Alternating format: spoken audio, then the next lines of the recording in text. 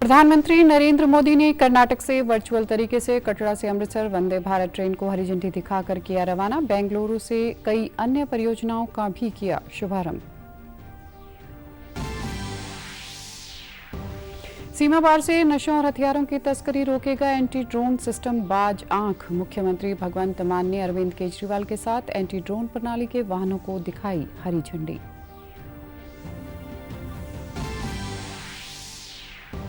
और कश्मीर में शहीद हुए दोनों जवानों के पार्थिव देह का आज पंजाब में राजकीय सम्मान से होगा संस्कार। कुलगांव में आतंकियों से मुठभेड़ में हुई शहीद सीएम उमर अब्दुल्ला ने दी शहीदों को श्रद्धांजलि। नमस्कार, चंडीगढ़ से आपका स्वागत है। मैं हूं आरजू। अब समाचार विस्तार से। प्रधानमंत्री नरेंद्र मोदी ने अमृतसर और श्री माता वैष्णो देवी कटरा के बीच वंदे भारत एक्सप्रेस रेल सेवा को वर्चुअल रूप से हरी झंडी दिखाकर रवाना किया। प्रधानमंत्री नरेंद्र मोदी ने अपने कर्नाटक दौरे के दौरान बेंगलुरु से बेलगावी और नागपुर से पुणे तक चलने वाली वंदे भारत ट्रेनों को भी हरी झंडी दिखाई। अमृतसर से कटरा तक चलने वाली इस नई ट्रेन सेवा से श्रद्धालुओं और यात्रियों का सफर अधिक आरामदायक और तेज हो जाएगा। रेलवे के एक वरिष्ठ अधिकारी के अनुसार वंदे भारत ट्रेन संख्या 26,406 श्री माता वैष्णो देवी कटरा से अमृतसर तक चलेगी, जबकि ट्रेन संख्या 26,405 अमृतसर से कटरा के लिए रवाना होगी। यह ट्रेन कटरा से सुबह 6:40 पर रवाना होगी और 8:05 पर जम्मू पहुंचेगी। यहां 2 मिनट के स्टॉपेज के बाद रवाना होगी और 9:30 बजे पठानकोट, 11:28 पर पठानकोट और दोपहर 12:10 पर अमृतसर पहुंचेगी। यह ट्रेन दोपहर 4:25 पर वापसी में अमृतसर से चलेगी और रात 10 बजे श्री माता वैष्णो देवी कटरा पहुंचेगी। यह ट्रेन मंगलवार को छोड़कर सप्ताह में 6 दिन संचालित की जाएगी। और दूसरी तरफ जो यहाँ पे जो जम्मू कश्मीर के जो लोग हैं जो कि कहीं ना कहीं एक मन में इच्छा रखते हैं कि हम गोल्डन टेम्पल विजिट करेंगे, अमृतसर जाके आएंगे, तो वो भी एक टाइम बाउंड मैनर में गोल्डन वहाँ अमृतसर जाके घूम के वापस आ सकते हैं। इसका इनॉग्रल रन जो है प्लान है, लगभग 11:15 बजे माननीय प्रधानमंत्री जी इनॉग्रेट करेंगे, इसको फ्लैग ऑफ करेंगे कटरा से और इसके लोकल फंक्शंस रहेंगे जम्मू में और पठानकोट कैंट में। जम्मू में लगभग 12:30 बजे और ऐसे ही पठानकोट कैंट में लगभग 2 बजे से। उत्तर रेलवे ने कश्मीर घाटी के अनंतनाग रेलवे स्टेशन को सामान ढोने के लिए खोल दिया है। पंजाब के रूपनगर से सीमेंट लेकर जाने वाली पहली गाड़ी अनंतनाग माल शेड पर पहुंच गई है। इस ऐतिहासिक कदम के साथ कश्मीर क्षेत्र सीधे तौर पर राष्ट्रीय मॉल नेटवर्क से जुड़ा हुआ है। रेल राज्य मंत्री रवनीत सिंह बिट्टू ने एक सोशल मीडिया पोस्ट में इस संबंधी एक वीडियो जारी किया, जिसमें उन्होंने कहा कि इस पहल से ताज़े फल और सामान अब देश के सभी बाजारों तक पहुंचेंगे, जो किसान और व्यापारियों के लिए खुशी की बात है। उन्होंने कश्मीर के एक स्थानीय कारोबारी का भी संदेश साझा किया है। उठाया और हमें बहुत ही परेशानियां, माल ग्रोवर्स यहाँ पे फ्रूट ग्रोवर्स है, जैसे जो भी हमारा फ्रूट यहाँ है बहुत परेशानियां बनती थी इससे पहले। अब हमें इंशाल्लाह यही उम्मीद है हमारा ताज़ा जो फ्रूट वो हिंदुस्तान की मंडियों में पहुँच जाएगा, हमारा रेट भी बढ़ेगा। बाकी हम बहुत खुश है, बहुत खुश है। खुशी का कोई अंदाज़ा नहीं, आप अंदाज़ा नहीं लगा सकते, इतनी खुशी है। उल्लेखनीय है कि सीमेंट ढोने वाली मालगाड़ी के कश्मीर घाटी में पहुंचने से यहां बुनियादी परियोजनाओं में तेजी लाने और यहां के लोगों के जीवन यापन को बेहतर बनाने में मदद मिलने की संभावना है। 21 BCN बोगियों में सीमेंट के साथ लदी इस मालगाड़ी ने 18 घंटे से कम समय में तकरीबन 600 किलोमीटर की दूरी तय की और अनंतनाग पहुंची। उत्तरी रेलवे के प्रवक्ता के अनुसार इस सीमेंट का उपयोग घाटी में सड़क पुल बनाने, सार्वजनिक बुनियादी ढांचे और आवासीय भवनों जैसे महत्वपूर्ण परियोजनाओं में किया जाएगा। इससे विकास में तेजी आएगी और लोगों के जीवन में सुधार होने की उम्मीद है। रेलवे अधिकारियों ने कहा कि यह सिर्फ गड्ढा खोदने का मामला था।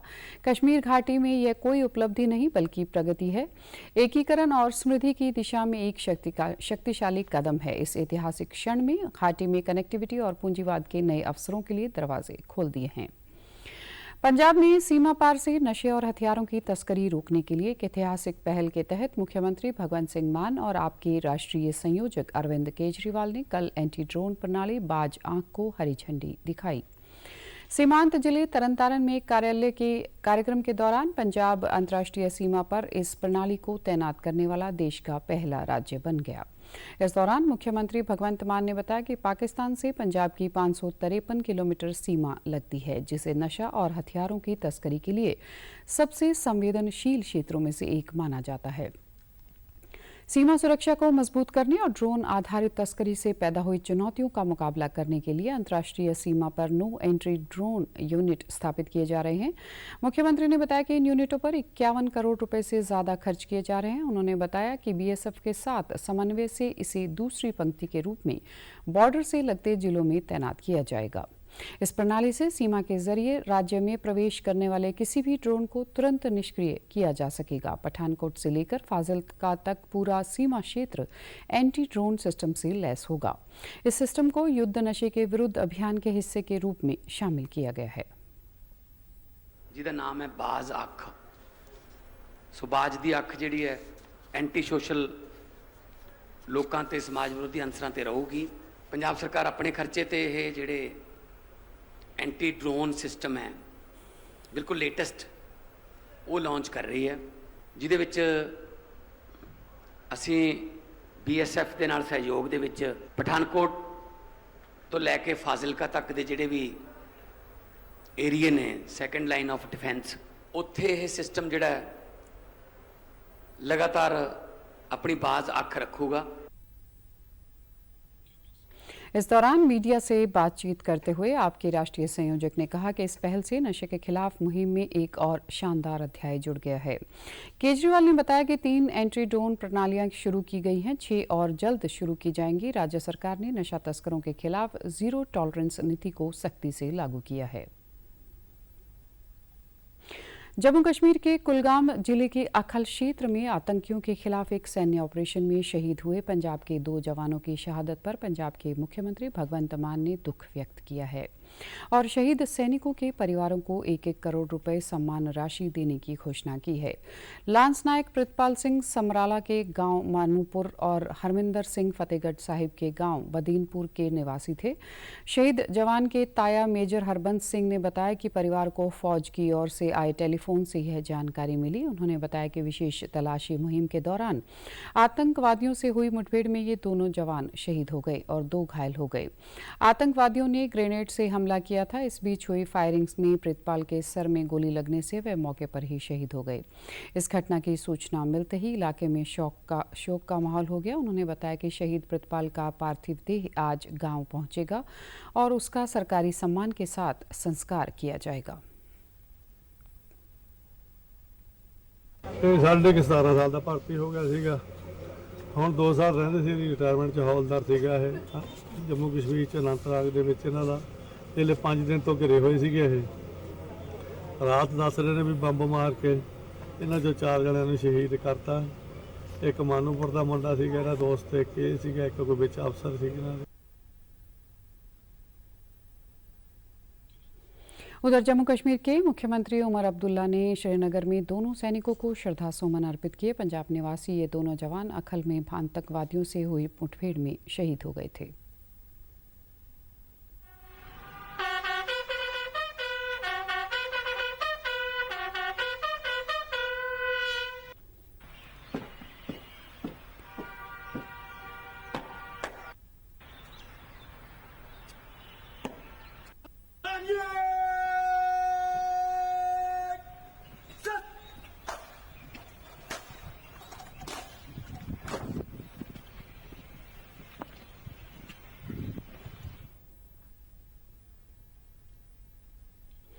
पंजाब के मुख्यमंत्री भगवंत मान ने अपने विधानसभा क्षेत्र के गांव ढडोगल में 17 करोड़ से ज्यादा की 2 सड़क परियोजनाओं को शिलान्यास किया।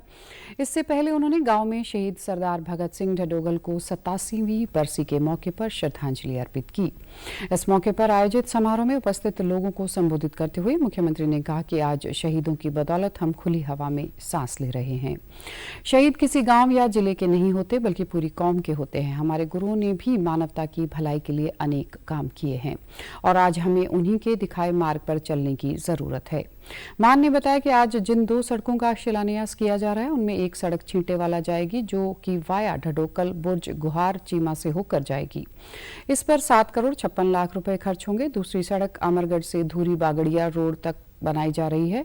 दोनों सड़कें 18-18 फुट चौड़ी होंगी। उन्होंने कहा कि सड़क बनाने वाले ठेकेदारों को खास हिदायत दी गई है कि गुणवत्ता से समझौता नहीं करें, नहीं तो उन्हें अपने खर्चे पर सड़कों को ठीक करवाना पड़ेगा। इस दौरान उन्होंने कहा कि लोगों की मांग अनुसार इन सड़कों का नाम शहीद भगत सिंह ढडोकल के नाम पर किया जाएगा।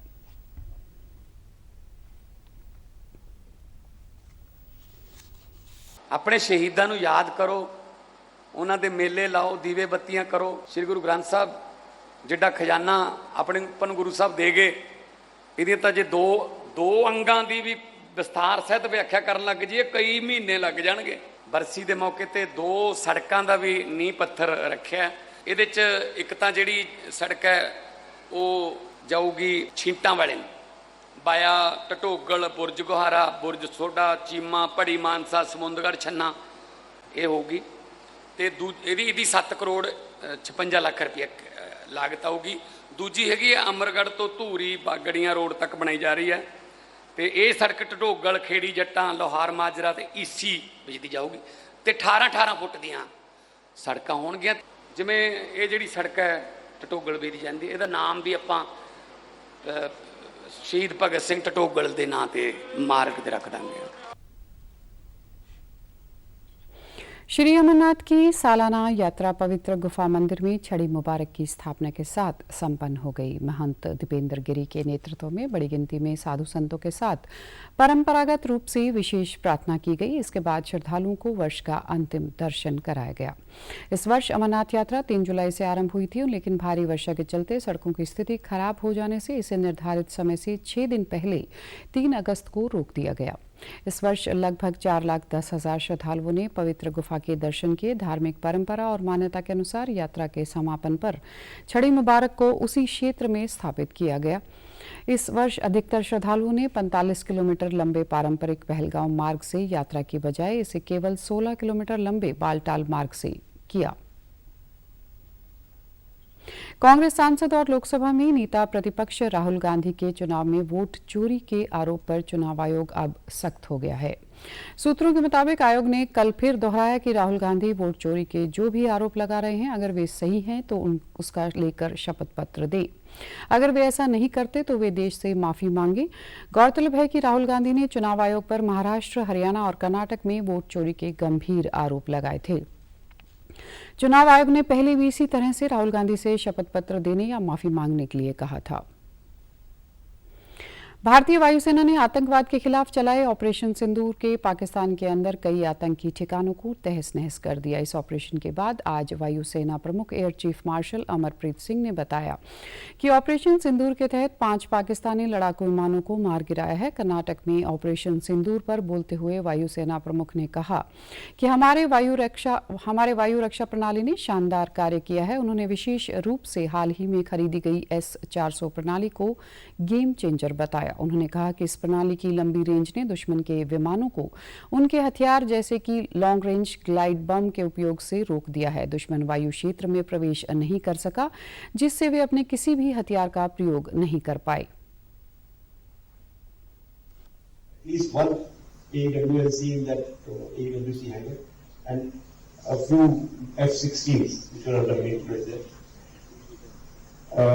Apart from these, the SAGW systems, mostly from talking about fighter aircraft from S-400, we have at least 5 fighters confirmed killed and 1 large aircraft, which could be either an elite aircraft or an AWACS aircraft, which was taken out at a distance of about 300 kilometers.